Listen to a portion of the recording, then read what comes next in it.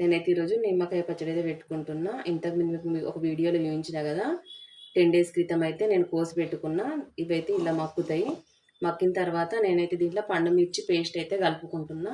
ఈ పండుమిర్చి పేస్ట్ కూడా మీకు ఒక వీడియోలో చూపించుతాను. ఈ సీజన్లో మనకు దొరకదు, ఓన్లీ ఎండాకాలంలోనే దొరుకుతుంది కాబట్టి నేనైతే పేస్ట్ చేసి ఉంచుకున్నా. ఉప్పుని పండుమిర్చి పట్టి మిక్సీ పెట్టుకొని ఫ్రిడ్జ్లో స్టోరేజ్ చేసుకుంటా.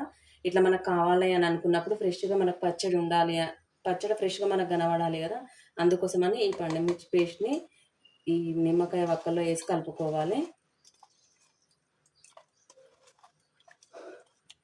ఇప్పుడు దాంట్లో వేసేటివి చెప్తాను. నేను ఎల్లిపాయనితో కోల్చుకొని పేస్ట్ వేసుకొని పక్కన పెట్టుకున్నా. కచ్చా పెచ్చగా దంచుకోవాలి, మెత్తగా దంచుకోకూడదు. ఇది మెంతి పొడి, ఆవపొడి ఇప్పుడు కొంచెం కొంచెం అయితే వేసుకోవాలి. ఆవపొడి, మెంతి పొడి అయితే ఎక్కువ వేసుకోకూడదు, ఎందుకంటే చేదు వస్తుంది కాబట్టి. కొంచెం ఎల్లిపాయ పేస్ట్ వేసి కలుపుకోవాలి. పచ్చడి అన్నది మనకు ఫ్రెష్గా రెడ్ కలర్లో కనబడాలి అని అంటే మనం స్టోరేజ్ ఉంచుకుంటాం కదా, అప్పుడు తాలింపు పెట్టుకోకూడదు.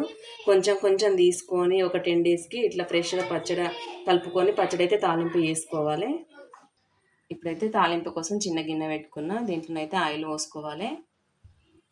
ఇప్పుడైతే ఆయిల్ వేడైంది. కొంచెం జీలకర్ర ఆవాలు వేసుకోవాలి. ఎల్లిపాయ పేస్ట్ మాడనివ్వకూడదు. ఇప్పుడు ఎల్లిపాయ పేస్ట్ అనేది మంచి ఈ కలర్లోకి వచ్చినాక బంద్ చేసుకోవాలి. తాలింపు అనేది చల్లగా అయింది. వేడినప్పుడు పోసుకోకూడదు, పచ్చడి మాడిపోతుంది.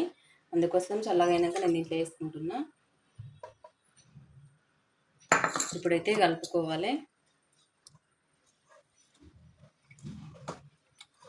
నిమ్మకాయ పచ్చడి అనేది రెడీ అయింది. వేడి అన్నంలోకి పక్కకి చప్పడపప్పు వేడి అన్నంలోకి అయితే బాగుంటుంది.